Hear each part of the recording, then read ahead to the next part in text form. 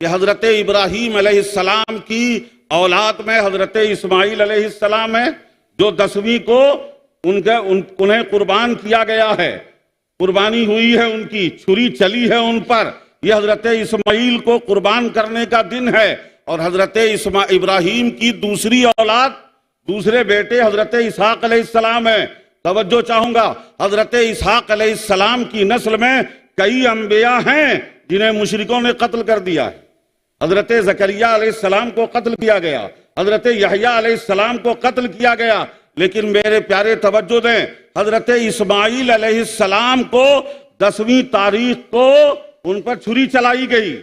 इस बात पर ध्यान रखोगे, बंदे के बस में जितना है उतना कर दे तो अमल मकबूल हो जाता है।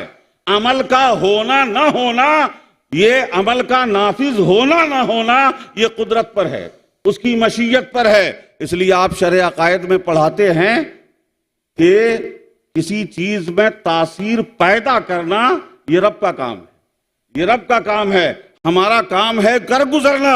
हजरत इब्राहीम अलैहिस्सलाम ने अपने जानते हुए पूरी दिलजमाई और पूरी तैयारी के साथ पट्टी बांधकर हजरत इस्माइल पे छुरी चला दी ना, उनका काम हो गया। और हजरत इस्माइल ने पूरी तस्लीमो रजा के साथ, पूरे तस्लीमो रजा के साथ अपने सर को रख दिया है, कुर्बान होने के लिए तैयार हो गए हैं। न इन्हें ज़बह करने पे शक है, न उन्हें ज़बह होने पे शक है, दोनों तैयार हैं। तवज्जो चाहूंगा, ज़बह इसलिए मेरे प्यारे, ये अल्लाह की कुदरत है कि हजरत इब्राहीम ने छुरी चलाई तो हजरत इस्माइल साइड होके खड़े हो गए और जन्नत से दुम्बा आ गया।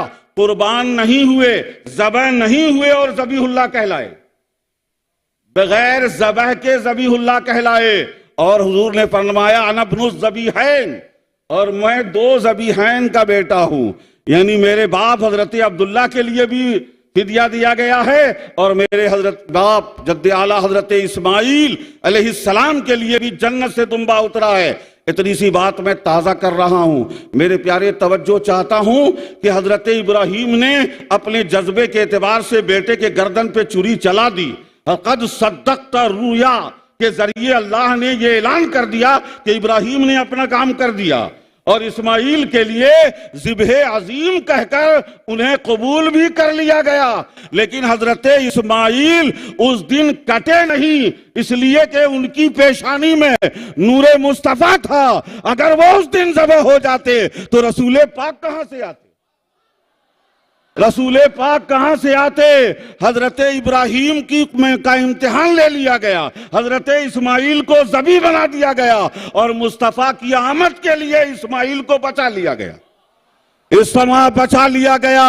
अब अगर कहोगे तो सुनो, ईद कुर्बां भी ईद मिलाद है, ईद कुर्बां भी ईद मिलाद है। उसी रसूल की पेशानी से हजरत अब्बास ने कहा है ना, क्या है कि वरत्ता नारल खलीली मुक्ततिमन फी सुल्बिही फकैफ यहतरिकू। ये अल्लाह के रसूल, आप तो जब हजरत खलील आग में डाले गए तो उनके सुल्बे पाक में आप छुपे हुए थे। जब आप छुपे हुए थे तो वो आग कैसे जलाती खलील को? जब खलील को आग नहीं जला सकती तो ज़बीह को छुरी ज़बह नहीं कर सकती, ज़बह नहीं कर सकती। दूरे मुस्तफ़ा है, हजरत इस्माइल ही की औलाद में रसूल पाक सल्लल्लाहु अलैहि वसल्लम है। बल्कि ये भी बात है कि हजरत इस्माइल नबी हैं, उसके बाद उस नस्ल में कोई नबी नहीं। हजरत इस्माइल नबी हैं, फिर हजरत रसूल पाक मोहम्मद अरबी सल्लल्लाहु अलैहि वसल्लम ही रसूलो नबी बनकर आए हैं, जाहिर हुए हैं, ऐलान फरमाया है। मेरे प्यारे तवज्जो रखें, हजरत इब्राहीम ने कुर्बानी दी तो खुल्लत का मकाम मिला, खुल्लत का मकाम मिला। हजरत इस्माइल बेटे को कुर्बान किया, कुर्बान छुरी चला दी तो खलीलुल्लाह बन गए। और हजरत इस्माइल वहां से नबी पाक के जद्दे आला हैं। तो रसूल पाक जब उन्होंने खुद सुपुर्दगी के साथ, तस्लीमो रजा के साथ बाप को, वालिद को मशवरा दिया, आप अपने आंख पे पट्टी बांध लें, आप मुझे, क्या आयत कुरान पाक की आयत है कि सतजिदुनी इंशाअल्लाहु मिनस साबिरीन, ए मेरे वालिद, ए मेरे अब्बा, या अबती फ़अल मा तुअमर, ए मेरे बाप, आपको जो हुक्म दिया है कर गुजरिए, कर जाइए, इंशाअल्लाह आप मुझे सब्र करने वालों में पाएंगे। इस सब्र व रजा का जो मकाम पेश किया है, जिस मंजिल पे हजरत इस्माइल आए हैं, अल्लाह के लिए कुर्बानी के लिए अपनी गर्दन रख दी, तो मौला ने उसके इनाम में आपकी नस्ल में इमामुल अंबिया, सैयदुल अंबिया, हबीबे किबरिया मुहम्मदुर रसूलुल्लाह सल्लल्लाहु अलैहि वसल्लम को पैदा फरमाया। पूछो किसी से कि ईद उल फित्र में खुशी तो रोजे रमजान की है, तरावी नमाज की है, लेकिन ईद कुर्बा में किस बात की खुशी है? मेरे आका ने कुर्बानी को जिंदा करके बता दिया कि हजरत इस्माइल उस दिन जन्नत के दुम्बे के बदले में फिदिया दिया गया। ये इस्माइल का एजाज नहीं था, ये मोहम्मद अरबी के उस नूर का एजाज था, नूरे मोहम्मदी का एजाज था, उसे नबी ने जिंदा रखा है।